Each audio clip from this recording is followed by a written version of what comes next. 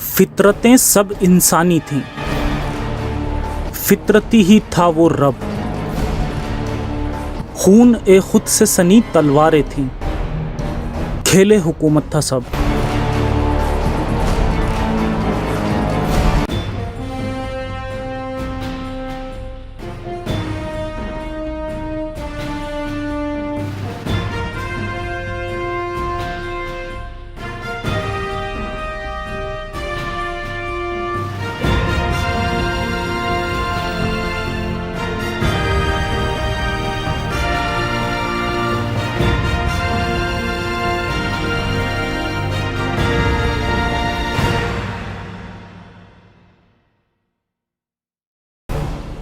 Karbala की कहानी,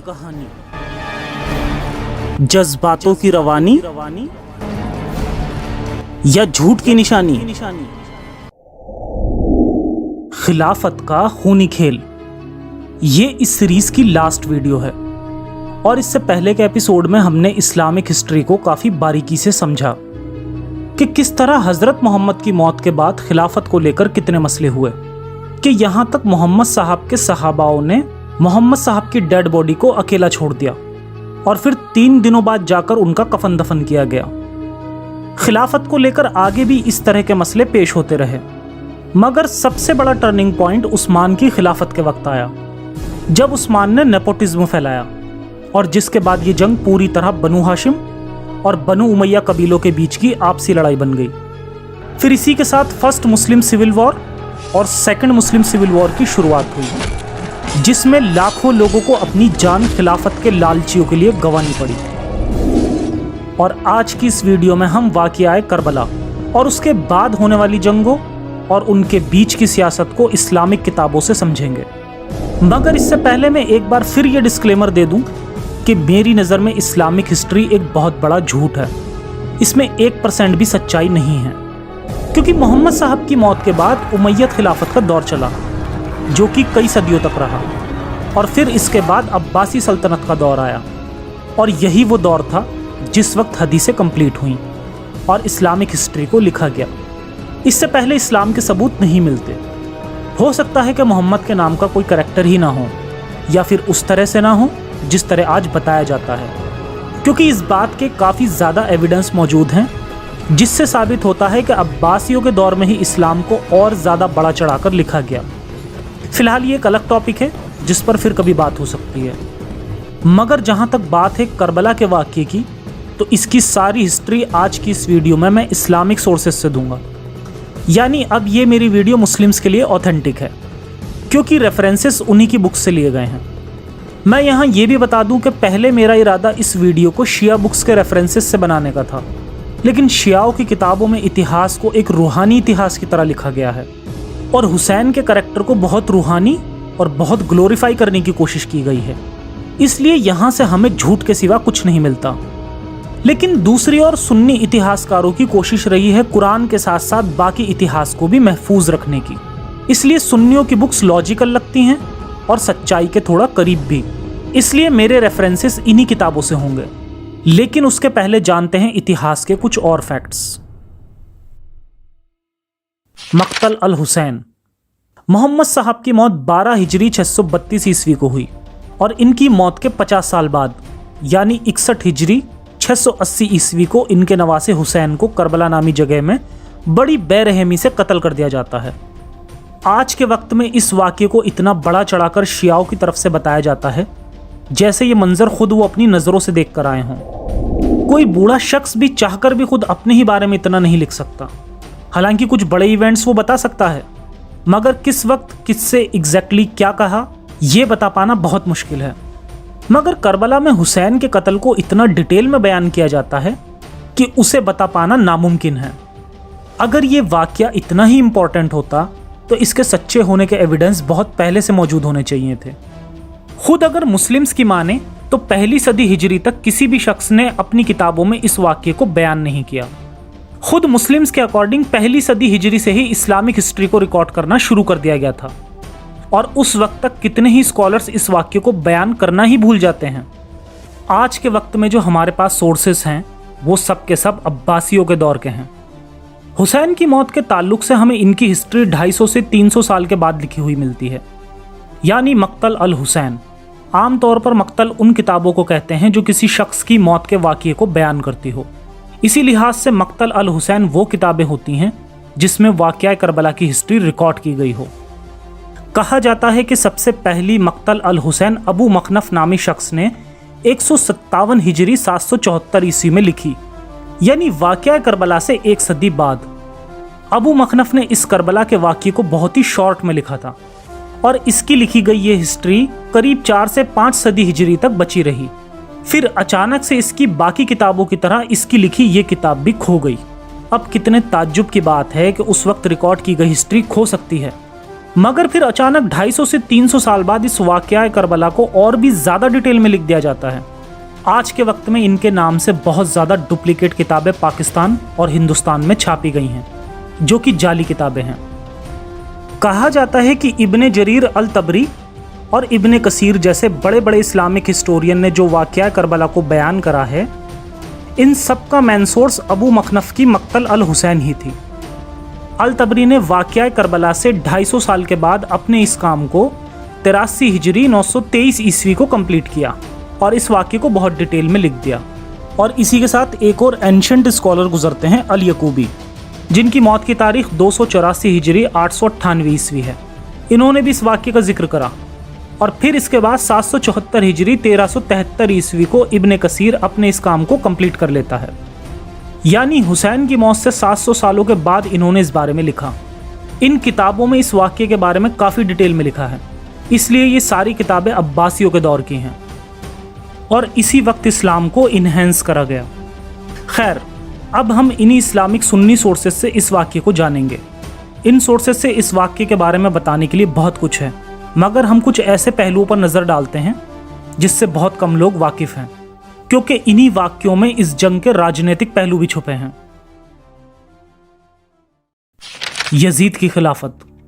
Yazid की खिलाफत मुआविया की मौत के बाद से शुरू होती है और अपने आखिरी वक्त में मुआविया ने यजीद को वसीयत की थी कि मैंने तुम्हारी खिलाफत के लिए सबसे बैत ले ली है, सिवाय हुसैन बिन अली और अब्दुल्ला बिन ज़ुबैर के।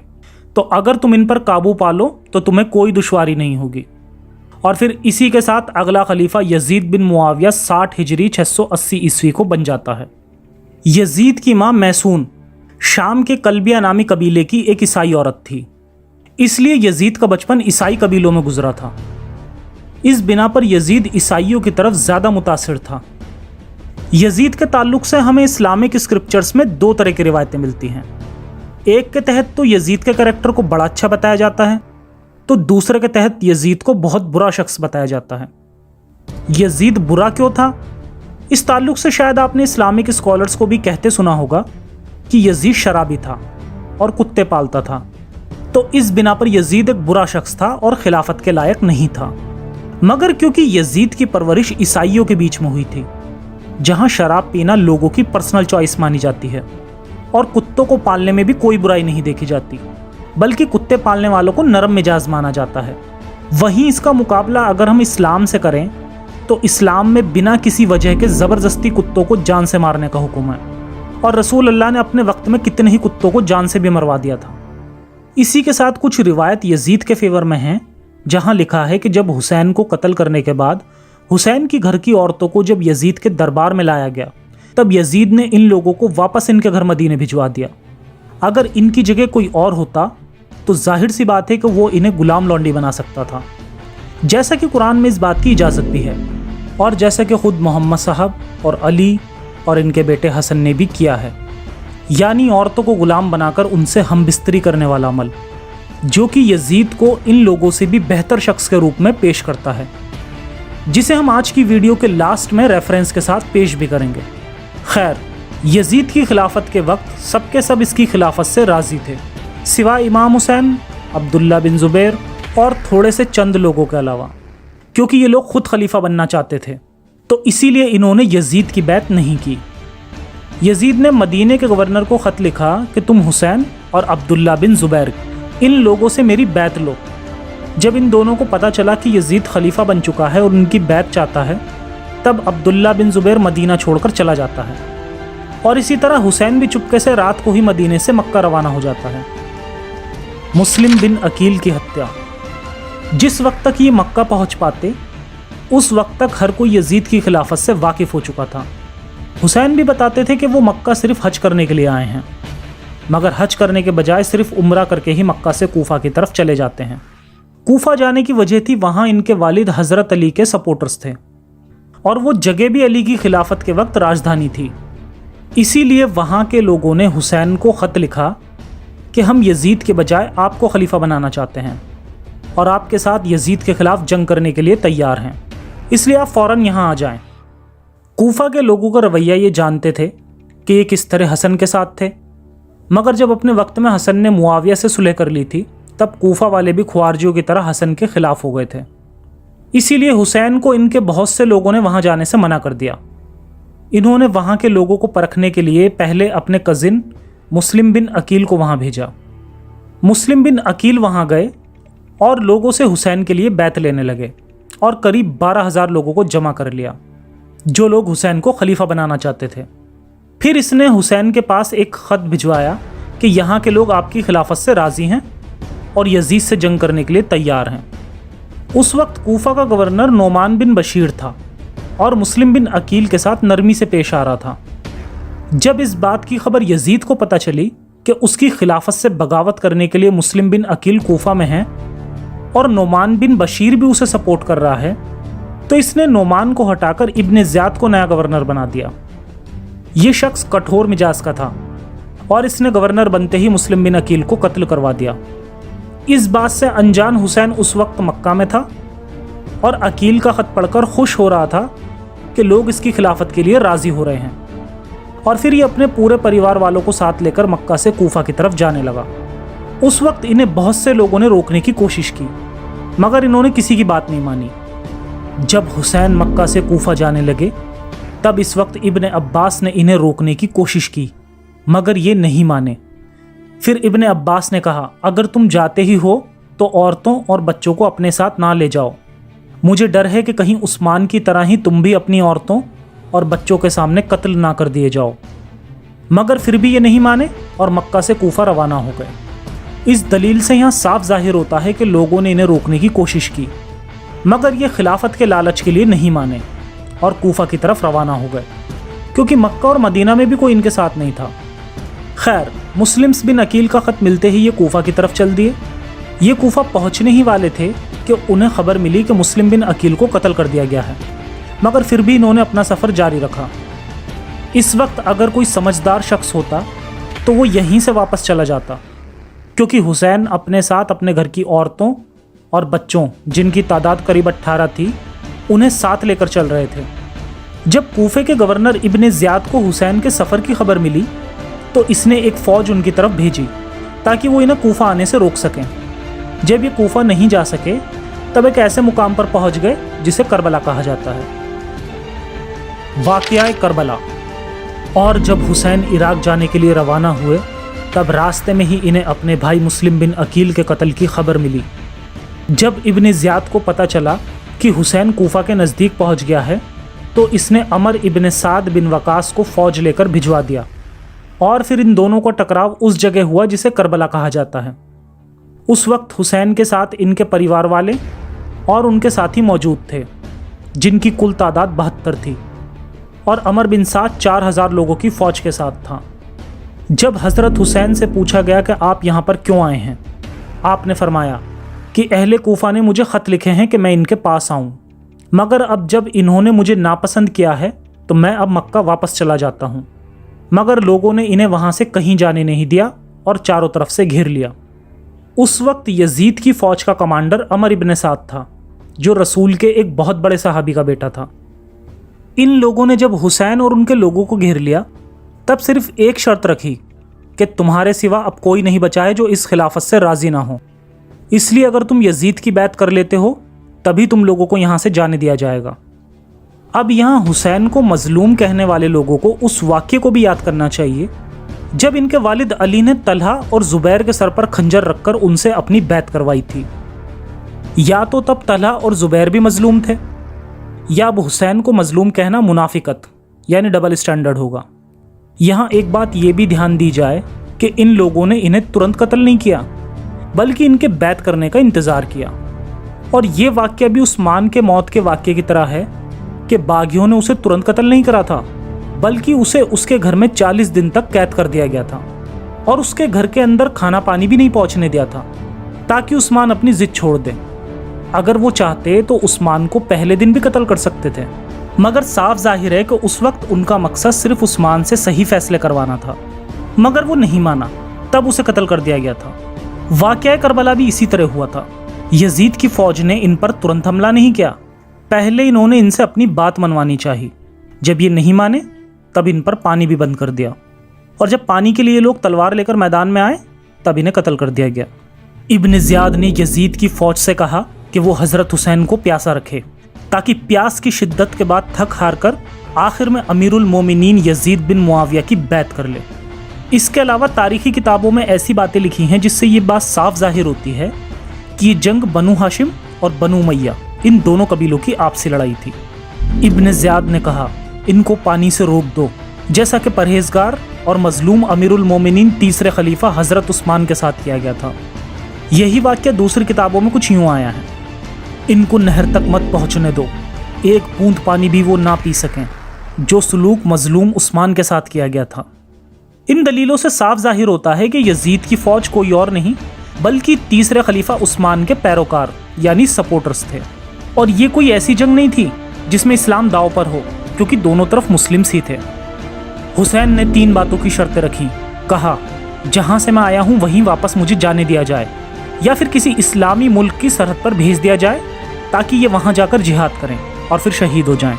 या फिर हुसैन कहते हैं कि इन्हें अमीरुल मोमिनीन यजीद के पास ले जाया जाए ताकि ये यजीद के हाथों में अपना हाथ दे दें और फिर यजीद जो चाहे वो करे। इसमें इनकी भी खुशनसीबी है और उम्मत की भी बेहतरी है। तो इन 3 शर्तों के अकॉर्डिंग हुसैन ने कहा कि उन्हें किसी इस्लामिक मुल्क की सरहद पर भेज दिया जाए ताकि ये जिहाद करें। अब सब जानते हैं कि जब कोई शख्स जिहाद के नाम पर इस्लाम को फैलाने की कोशिश करता है तब सिवाय मासूमों की जान लेने के अलावा कोई काम अंजाम नहीं देता। दूसरी शर्त में हुसैन खुद कहते हैं कि इन्हें यजीद के पास भेज दिया जाए और वो अपनी मर्जी से जो चाहे फैसला करे, मगर बिना बैत के इन्हें कहीं नहीं जाने दिया गया। और आखिर में जब ये तलवार लेकर निकले तब इन्हें कत्ल कर दिया गया। इन्होंने इनकी फौज पर हमला करा और इनके बहुत से आदमियों को कत्ल कर दिया। फिर आखिर में एक तीर इनके पास आकर इनके सीने में लग गया। फिर ये घोड़े से गिर गए और इनके सर को नेज़े पर बुलंद करके इब्न ज़ियाद के पास भिजवा दिया। इस वक्त इनके खेमे को भी लूट लिया गया। फिर इन सबको बंदी बना लिया गया और करबला से कूफा ले जाया गया। जब बनु हाशिम की औरतों को हुसैन की शहादत की खबर मिली तो वो रोने लगीं। इस पर अमर इब्न साद ने कहा कि ये उस्मान की बीवी के रोने का बदला है। यहाँ पर खेमे में एक शख्स और थे जिनका नाम ज़ैनुल आबिदीन था। ये हुसैन के बेटे थे। उस वक्त ये बीमार थे, इसलिए मैदान में जंग करने के लिए नहीं आ पाए और आगे भी इन्हें कत्ल नहीं किया गया। यानी उस वक्त सिर्फ वही लोग शहीद हुए जो मैदान में जंग के लिए आए थे। तो यहाँ भी हमें यजीद की फ़ौज का युद्ध के नियमों को फॉलो करने का अच्छा एग्जाम्पल मिलता है। करबला की जंग के बाद फिर इन सबको बंदी बना लिया गया और करबला से कूफा ले जाया गया और फिर कूफा से दमिश्क में यजीद के महल में ले जाया गया। आइए अब देखते हैं इस ताल्लुक से इस्लामिक हिस्ट्री में क्या लिखा है। जब यजीद के पास हुसैन का सर लाया गया तब कहा गया कि ए अमीरुल मोमिनीन, खुदा के फजल से हमें फतह मिली। हुसैन बिन अली हमारे मुकाबले में 18 लोग अपने अहले बैत यानी परिवार वालों में से और करीब 60 लोग अपने साथियों में से लेकर आए थे। हम लोग इनके पास गए और इनसे कहा कि या तो इताअत इख्तियार करें या फिर कत्ल पर आमादा हो जाएं, मगर इन्होंने इताअत करने से इनकार कर दिया और जंग करने को बेहतर ख्याल किया। तो फिर हमने इन पर हमला कर दिया और हर तरफ से इन्हें घेर लिया और फिर आखिर में इन्हें कत्ल कर दिया। ये सुनकर यजीद कहने लगा कि मैं तुम्हारी इताअत से जब खुश होता कि तुमने हुसैन को कत्ल ना किया होता। अगर हुसैन का मामला मेरे हाथों में होता तो मैं इन्हें माफ़ कर देता। खुदा रहम करे हुसैन पर। दमिश्क के दरबार में जो कुछ यजीद ने कहा, इसकी कई अलग अलग रिवायतें हैं, लेकिन बाकी सभी रिवायतों को छोड़कर हम ये रिवायतें ही सही मान लेते हैं कि जब यजीद ने हुसैन और इनके साथियों का सर देखा तब वो परेशान हो गया और कहा कि मैं हुसैन के कत्ल के बगैर भी तुमसे खुश था। और फिर कहा, अल्लाह की लानत हो इब्न ज़ियाद पर जिसने हुसैन को कत्ल करा।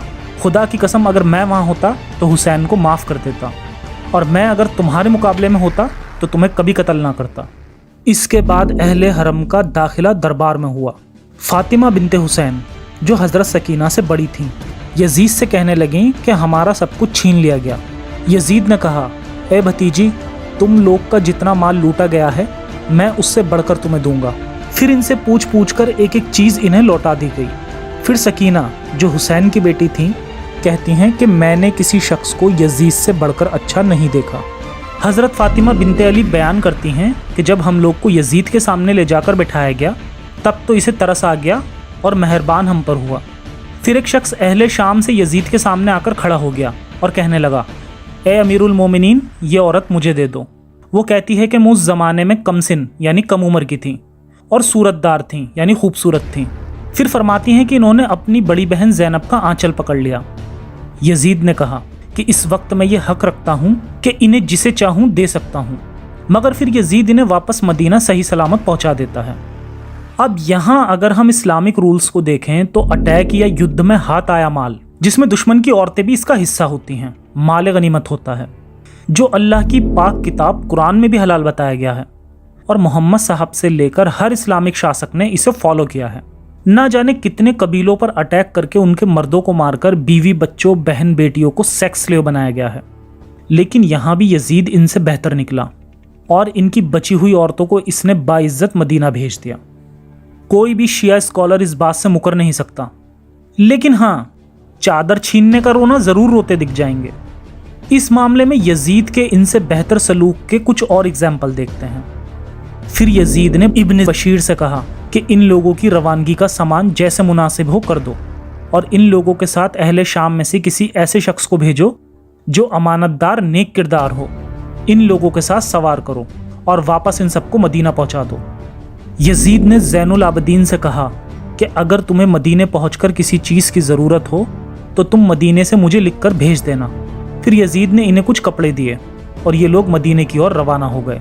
यजीद का भेजा हुआ शख्स इन लोगों के साथ रवाना हुआ और रात भर काफिले के साथ साथ इस तरह रहता था कि ये सारा काफिला इसकी निगाह के सामने हो। वो आगे आगे चलता जाता और जब भी इन्हें वज़ू करने या किसी भी चीज़ की ज़रूरत होती तो इसे कोई ज़हमत ना होती। इनके साथ मेहरबानी से पेश आता हुआ बार बार इनकी ज़रूरतों को पूछता था और फिर आखिर में इन सबको मदीने में लेकर दाखिल हुआ। हज़रत फ़ातिमा बिनते अली ने अपनी बहन ज़ैनब से कहा कि ये शख्स हमारे साथ सफ़र में बहुत खूबियों से पेश आया, हमें इसे कुछ तोहफ़ा देना चाहिए। इन्होंने कहा कि हमारे पास कुछ भी नहीं है इन्हें देने के लिए, सिर्फ हमारे गहनों के। फिर इन दोनों बीबियों ने अपने अपने गहने उतार कर इसे दे दिए। हर्रा का वाक़या करबला के बाद दूसरा सख्त तरीन वाक़या हर्रा था, जो 63 हिजरी 683 ईस्वी को यजीद की ज़िंदगी के आखिरी दिनों में पेश आया। हुसैन की मौत के बाद जब इस वाक़ये की खबर ज़ुबैर के बेटे अब्दुल्ला बिन ज़ुबैर को मिली, तब इसने मदीने वालों को यजीद के खिलाफ बगावत करने को कहा और मदीना वालों को यजीद की बैत तोड़वा दी। अब यहाँ खिलाफत का लालच फिर दिखाई देता है। जहाँ हुसैन के वालिद अली ने ज़ुबैर से ज़बरदस्ती अपनी बैत करवाई थी, उसी के बेटे ने अब खिलाफत के लिए हुसैन का बदला लेने के बहाने यजीद से बगावत की। खैर, मदीना वालों ने यजीद को जालिम और बुरा भला कहकर इसकी बैत तोड़ दी और इसके खिलाफ बगावत छेड़ दी और मदीने में यजीद के जो आमिल थे यानी सरकारी लोग, उन्हें शहर से निकाल दिया। यजीद को जब इस बात की खबर हुई तो इसने मुस्लिम बिन उकबा को 12,000 की फौज के साथ भेजकर मदीना में चढ़ाई करवा दी और इसे हुक्म दिया गया कि 3 दिन तक इनको वापस से बैत करने की दावत देते रहना, फिर अगर ये लोग ना माने तो इनसे जंग करना। इसने ऐसा ही किया और लोगों को 3 दिन तक बैत करने का वक्त दिया, लेकिन लोगों ने वापस यजीद की बैत नहीं करी और फिर जंग हुई, जिसके बाद मदीना फतेह हुआ। और फिर इसके बाद यजीद के हुक्म के मुताबिक 3 दिन के लिए फ़ौज को इजाज़त दी गई कि शहर में जो कुछ चाहे करें। इन 3 दिनों के अंदर शहर भर में हर तरफ लूट मार की गई। शहर के बाशिंदों का कत्लेआम किया गया, जिसके बाद 10,000 लोग कत्ल हुए और घरों के अंदर घुसकर तमाम औरतों की इज्जत लूटी गई। जिस वाक़ये के बाद 1,000 औरतें हामिला यानी प्रेग्नेंट हो गईं। अहले मदीना से कहा गया कि अमीरुल मोमिनीन यजीद का यह ख्याल है कि तुम्हारा खून बहाना मुझे गवारा नहीं, इसलिए 3 दिन तक मैं इंतज़ार करूँगा कि अगर तुम लोग बाज आ जाओ और हक़ की तरफ रुजू कर लो तो फिर हम तुम्हारी सिफारिश कबूल कर लेंगे और यहाँ से वापस चले जाएंगे। फिर 3 दिन के बाद मुस्लिम बिन उकबा ने कहा कि बताओ तुम्हें क्या मंजूर है, मिलाप करते हो या लड़ना चाहते हो? मदीना वालों ने कहा हम लड़ेंगे। फिर इनके साथ वही हुआ, जो रसूल अल्लाह के टाइम से होता आया है।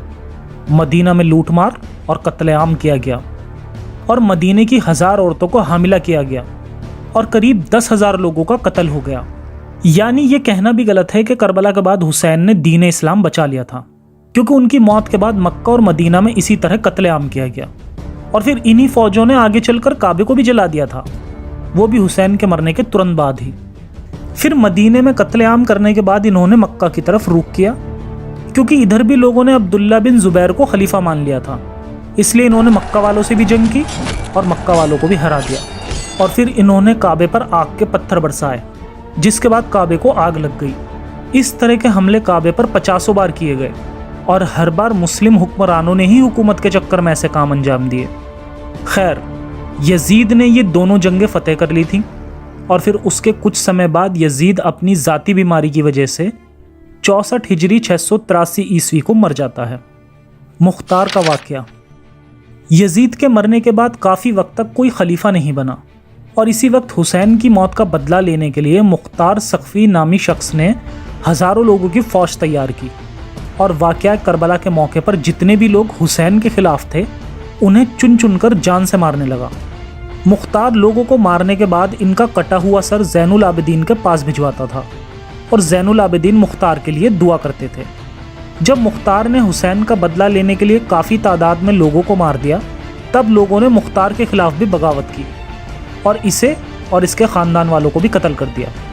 यानी जो शख्स बदला लेने के लिए खूनो गारत कर रहा है, उसको भी बदले के तहत कत्ल कर दिया गया। मुख्तार ने अपने साथ करीब 6000 लोगों को इस काम में जमा किया था और इन 6000 लोगों को भी भेड़ बकरी की तरह कत्ल कर दिया गया। यानी इस पीसफुल मज़हब की हिस्ट्री कितनी पीसफुल रही है, इसकी मिसाल भी देना शायद मुश्किल है। मुख्तार के ताल्लुक से एक बात और मशहूर है कि उसने ही सबसे पहले हुसैन की मज़ार को तामीर किया था, मगर जब बनु अब्बास की खिलाफत आई तब अब्बासियों का एक खलीफा जिसका नाम अल मुतवक्किल था, उसने हुसैन की मज़ार को तुड़वा दिया और यहाँ पर खेती बाड़ी करवाई। खुद मुस्लिम्स होकर भी इनके बीच कितनी नफ़रत थी, इसकी मिसाल इस बात से मिलती है कि जब अब्बासियों का दौर आया तब इन्होंने बनु उमैया के सिर्फ 2 खलीफाओं को छोड़कर बाकी सब खलीफाओं के जिस्मों को कब्रों से निकाल कर इन्हें जला दिया था। अजब मजाक हुआ इस्लाम की तकदीर के साथ, कटा हुसैन का सर नाराए तकबीर के साथ। अल्लामा इकबाल का ये शेर बहुत कुछ कह जाता है।